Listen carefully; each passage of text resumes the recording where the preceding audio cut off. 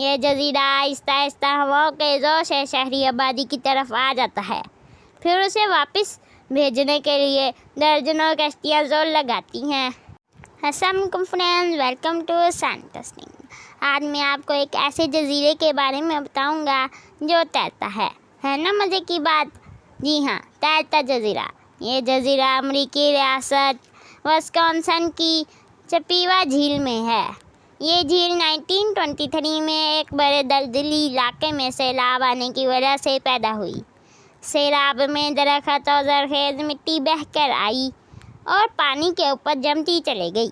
جیسے جیسے سال گزرتے گئے، گھاس پودے اور درخت اگنے لگے اور ان کی جڑیں گہری ہوتی چلی گئیں اور ایک جزیرے کی شکل اختیار کر لی۔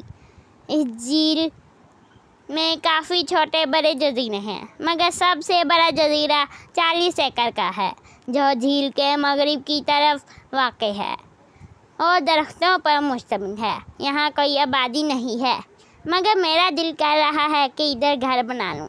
اگر آپ کا بھی دل کر رہا ہے تو کمنٹ باکس میں ضرور بتائیے گا۔